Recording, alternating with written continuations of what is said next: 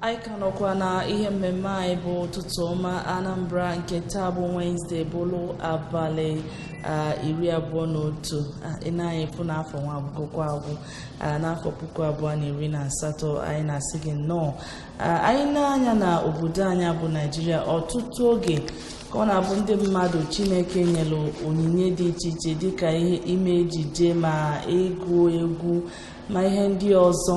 Ọ dịka gasị na-enwe ndị ga-abụ ndị atacha afụ niile ha ya ata gbachaa ọbara ka ike ra ha, ndị mmadụ esi n'okpuru jeje zuru ihe ndị anwa nke a na-akpọ ndị oyibo na-akpọ ya piracy.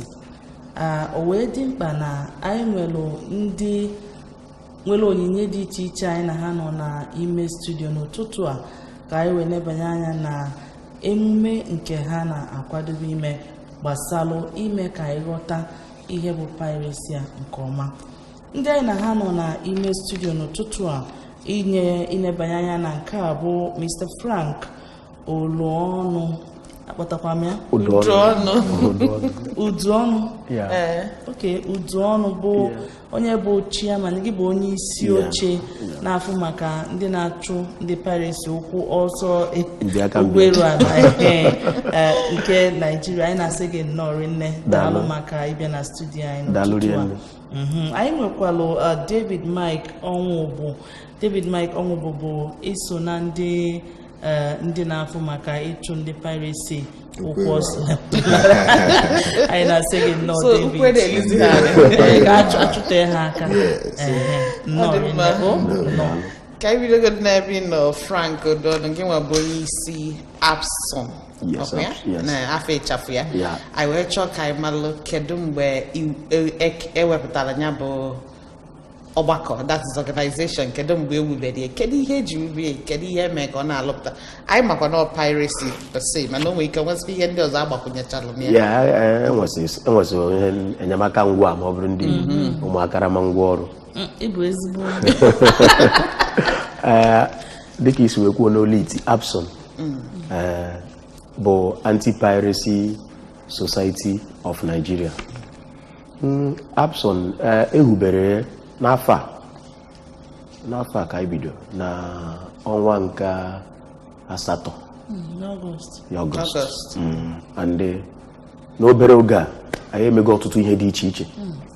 Anyị agbago mbọ ọtụtụ. Anyị bidogodi iwube ngalaba na local gọọmenti niile enwere na Anambra steeti. Now Anti-Piracy APSON abụghị sọsọ na Anambra steeti, ọ na Naịjirịa gbaa gburugburu, mana maka na anyị nwa bụ ndị Anambra, anyị nwa bidoro ya bụ ndị Anambra, and Anambra bụrụkwazie light of the nation. Anyị chọọ ka e were Anambra were bido, maka na iwepụ Anambra na Naịjirịa ama nwezi isi. Ihe ọbụla dị mma na-ebido na Anambra. Go and check the history. I'm so proud of my state.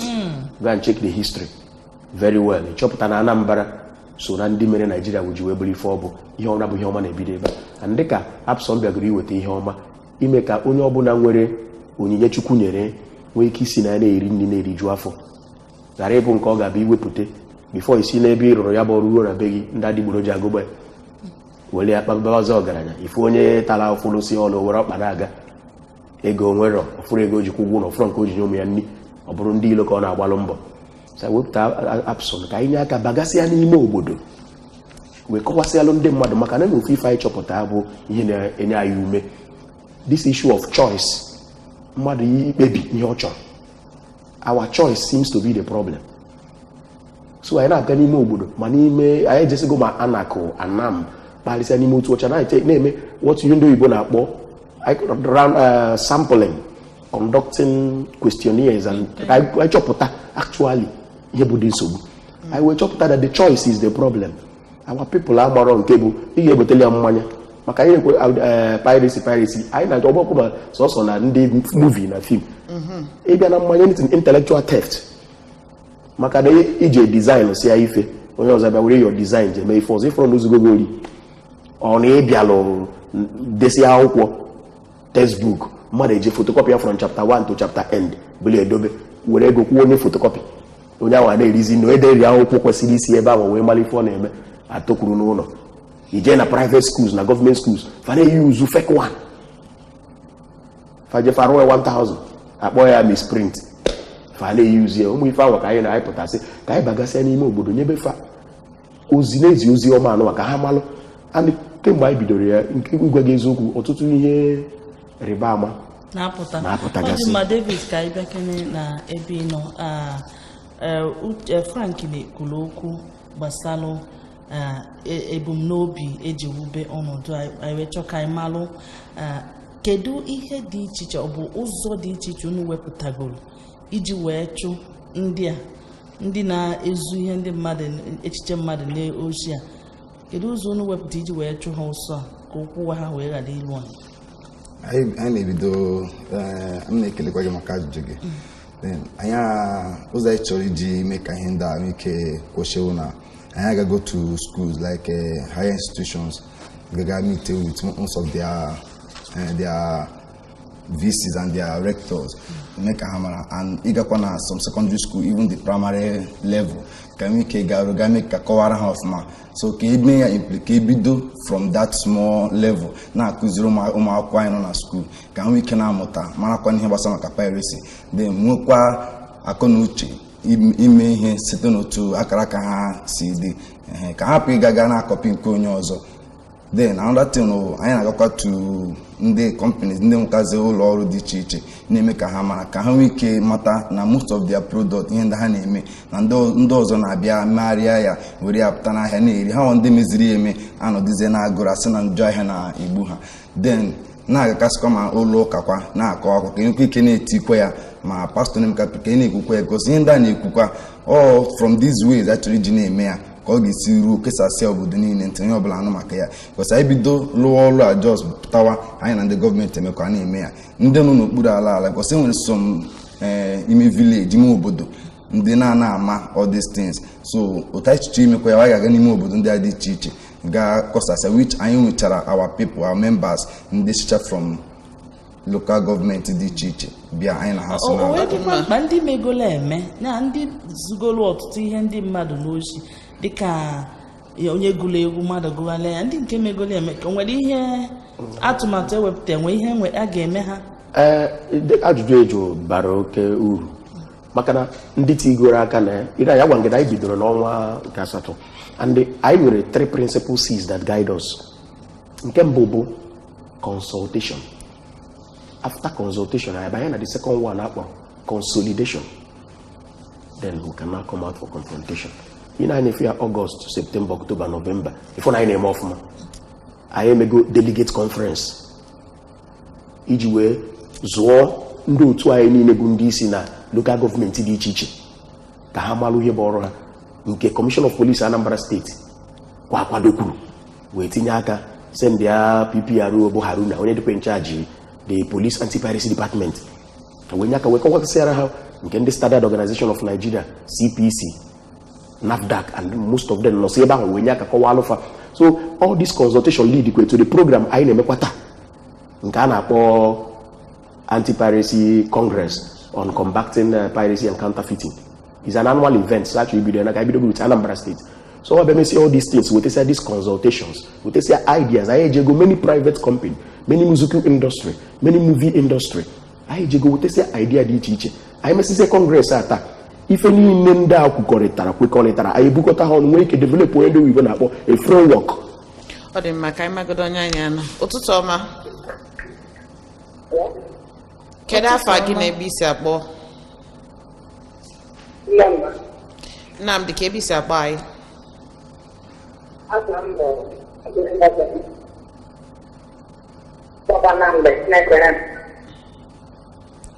Nnamdi, anyị ada-anụsị ihe na-ekwu okwu ọfụma ka anyị n'ihe na-ekwu.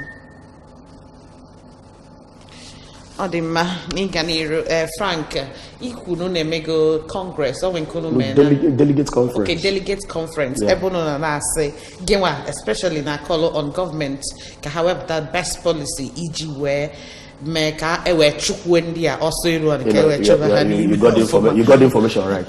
Ọ dị mma kedu onwego ihe gọọmenti mebe as regards to the call inye ha n'oge the delegates conference? Enwego ihe gọọmenti mebere already maka na ka emesịrị ya anyị nọkọgo with most ministries dị na gọọmenti nwegasịrị ihe ha nwere ime with anti-piracy. I go with in the Ministry of Trade. Bonde bụ ha dị in charge afịa niile ebe a na-ebubata gogotigogo niile ha na-eme. Anyị anọkogo with in the economic planning. Maka ịma na this counterfeit and piracy is an economic sabotage. In as much as na enwere onye na-arụ ya were na-eri nri, but ka ị na-eri nri ahụ government revenue na-efu. Because government ha na-eme ya n'ụzọ zoro ezo. O nwere ike ịbata n'ofu ụlọ ọnọrọ ebe ahụ na-arụ ọrụ niile anwa na-eme ihe niile. So I am with most of the parastatals. They discuss and they with the idea and kefa and they would think I am magic together. I make him with a concrete something that they will put or baroni kuru baronienta uru. Then you also quite doesn't tell me takabo. I don't have that kind of no within the standard organization of Nigeria, Nigerian Copyright Commission. Ndani no say ndabo ngalaba government hibere nka na akpo enwere an established act. And they are saddled with the responsibility of doing this most job.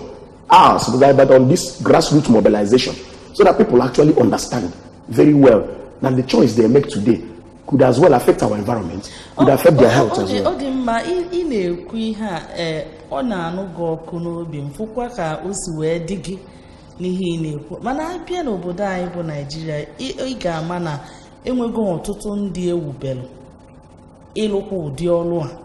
Ọ dịka ga-asị na ha lụkọta, ọ dịka asị na ike ga-agwụ ha, ma ọ bụ na enwere ihe na-apụta na ya bụ ezigbo ihe, ma ọ na a na-eme dịka ndị na-ezu ya bụ ori a na-abawanye ụba. Kedu ka o si wee dị gị ka grupu unu a kịta otu a unu malite mebe unu a ga-emenwu ihe dị na ihe a? Kedu the confidence ị nwere? Kedu ka ya otu isi agba mbọ ya na unu nwa ga-emelinwu ihe a na-afịa ọnụ? Oge ị na-akọwa isi na abịa na skuul enwe nke akpọrọ misprint egolie ịma na ọ dị chipa ọ da-agalalụ ọrụ ka nne ọ dịkwa ka ife ejije ndị ụfọdụ ya na-eme. Ụfọdụ n'ime ha ije n'afịa ọ bụ na nke ezigbo na-elie ihe dịka 500 enwere ike nke ahụ eme ihe na-elie ihe ndị a niile itinyecha ya nya ichecha maka kedu ka o si dị gị ka na-aga achieve ihe unu chọrọ? First of all, we will not rule out God and divine in everything you do. When you work with grace, you can never be disgraced. We are working with grace. And ihe ọzọ dị oke mkpa taa program anyị nweta this congress enwere pepa m ga-enye ebe ahụ akpọrọ quantity or quality. Chelu ka anyị malụ onye na-akpa extra gani. Ụtụtụ ọma. Kedu onye anyị na ya nọ? Ụtụtụ ọma. Kedu afa gị na ebe isi akpọ? Chinecherem. Ka ebe isi akpọ anyị? Okay, isi Ebonyi steeti akpọ. Ngwa gaa n'iru.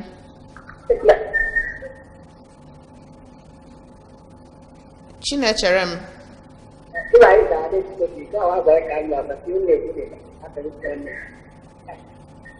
Anyị ada anụkwa n'ihe biko Chinecherem ị na-anọghalị kpọchi ya ka anyị nụsịa ihe ị na-ekwu ọfụma. Okay, so na-ekwu na ya ekwuru quality or quantity. Let's make the right choice. Ya nwa ka nkụzi m ga-enye ya taa ma ọ bụrụ na onye isi ndị ngalaba National Light Newspaper bụ Sachuka Nnabife bịa nwa bụ the keynote speaker okwusi ifo ya ekwu. Mana ife njikwutekwa abụ enwere obere practical anyị mere chọpụta na ọ bụrụ na eweta ife a nke abụrụ, let me use the word substandard, nke abụrụ standard. Ifo na igote nke a 10 naira, nke abụrụ 30 naira nke ezigbo ya.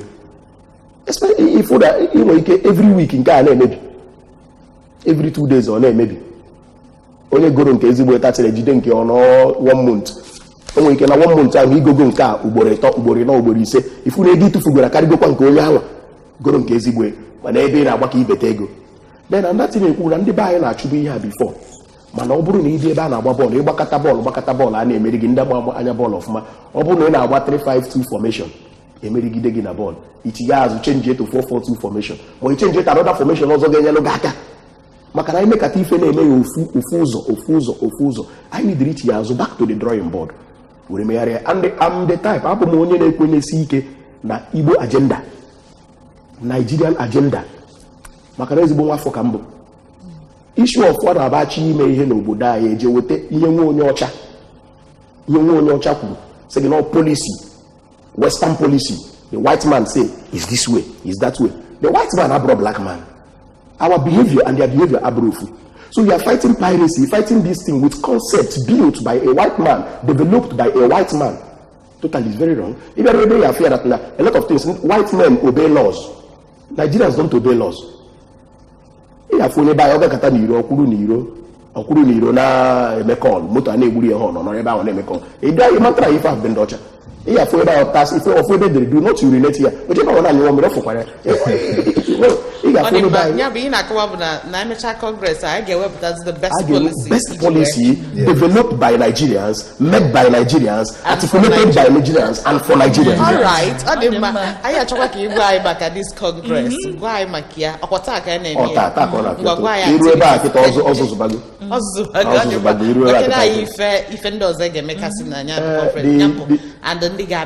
The theme of the Congress is involving challenges.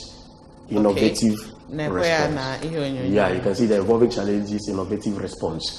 That's the theme today. And the National Lights newspaper, Anambra State government in Bonkai, Makanonkai, Kai. And the Obra Bonkai, I got Bonne again of Kuma. Let me a corner Ganiru, but other than Kaya, when they were pirated in Kai. When they were counterfeit in Kai. Daya bombo eti ya ya mwana ndaha bukanta piti nkai na parete nkai megene wepufanako kandi bezibute nkai no ko la lebo inya ulili na bawela akoka na so abia na yabo memeta the keynote speaker labo Sachuka Nabife ya wabu the MD National Light newspaper. And those are quite Madodika, Reverend Father Professor Bonacristus Umog, Boyabo Director EVACAC, Igbo Village and Center for African Civilization, Nandazikwe University, in Kedinoka. He was a quasi boy, Professor Stanley Udede, Yawabusque, the Dean, Students Affairs, Nandazikwe University, Soka. Then the Managing Director, Ibeto Group. And then Onisindi Eguni Nenonambarabu Ike Mazelo. But the Performing Musicians Association of Nigeria, I was correlated from the actor side. Not to those that are over here,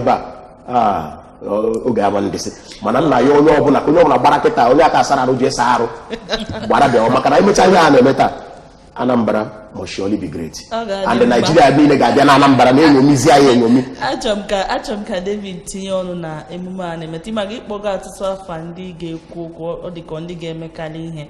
Kedon do not to Gabia, Basalo, the general public on well on special people who nacho, Kahabiana, Emume Congress sound well. Yeah, and those then can invite them, then going to labor as in the marketers and the company owners as well.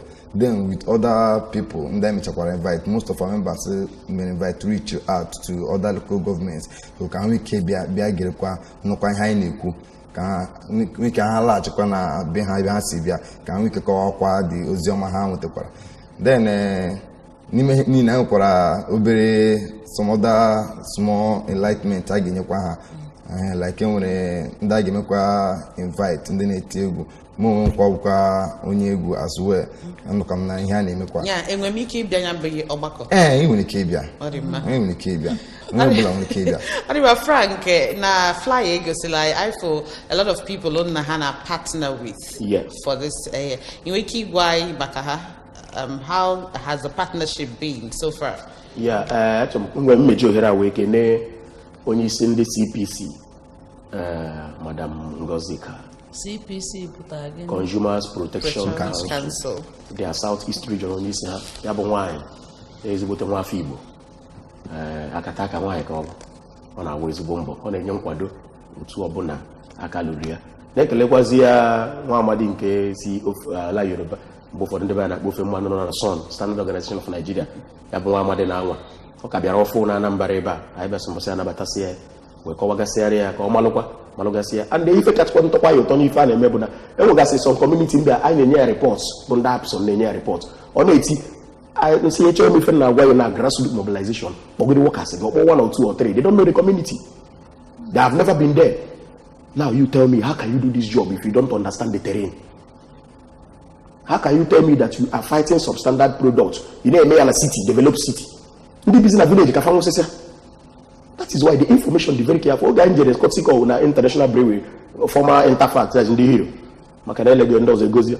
So guy na farapa. Sometimes we bring come outside. Don't put on a co-worker in the madu. Manual like education man kebezibun and keba de buloja. Enwere ihe ọ ga-abụ onye metụ mmanya agbanye n'iko ọ na-akụziri m sị na-akụziri na mgbe ndị nọ n'ilo kwesịrị ịma ife ndị a ga-abụ bata na baa ebe a na-ere nkwụ gbanye taa ọ na nke anya agbanye ọzọ ọ sị na ndị a nke fa gara ma ọ naba so ịpụsị ya na nke ndị CPC enwe ndị NAFDAC ndị nke anyị ejego anyị na fan ogo severally ha na-enye anyị nkwado dị iche iche ibe n'ụtụtụ ha akpọgo severally na ha na-abịakwa na anyị kwado ọfụma dedegozikwa ndị nke National Nigerian Copyright Commission dị nke ha na-anwụ ọfụma ha na-agba ya bụ ndị anyị niile anyị na ha na a partner name of ma. Then I will not forget Garoba Omar, the Commissioner of Police Anambra State, on the Nyan Kwado Dichi, through the PPRO Haruna, Mbon Pohana, Mpura Keta, Fire Biosibo. So far, the Nyan Kwado Dichi, I will make alone, make a Lenda, Nakwana, Mofuma, Danny Okay, I make a was in the ABS. Bakana, make a MDABS. I don't worry. Zercha on a more mine and all the Film Academy and the rest of them. I just say that area. I'm otu ọ dị unu n'obi na otu unu dị wee dịlo ọkụ wee na-esi ya na ọ ga-amịpụta ezi mkpụrụ ya bụ Congress nke unu na-eme taa.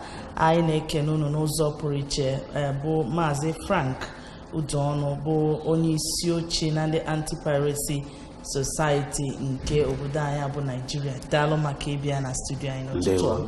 Anyị na-ekenekwa gị David Mike Onwuwu bụ onye memba ndị Anti-Piracy. Daalụ maka isonyere anyị n'ụtụtụ a. Daalụ rinne. Ndị be anyị ga-na n'ebe a ka anyị na-atụpị ọnụ bụ anyị nnọkọ anyị na gị n'oche a makpe ya Red Chamber. Chamber mixed with Ndị mma apụkwa na maka na anyị ka nwere akụkọ anyị ga-ebutalụ gị n'elekere 9 ma ihe ndị ọzọ so ya maka ọ dị ugbu a afọ mbụ n'onye nwoke. Daalụ rinne maka iso anyị teta taa. Abụzikwa m Chidimma Ọranwa. Daalụ rinne.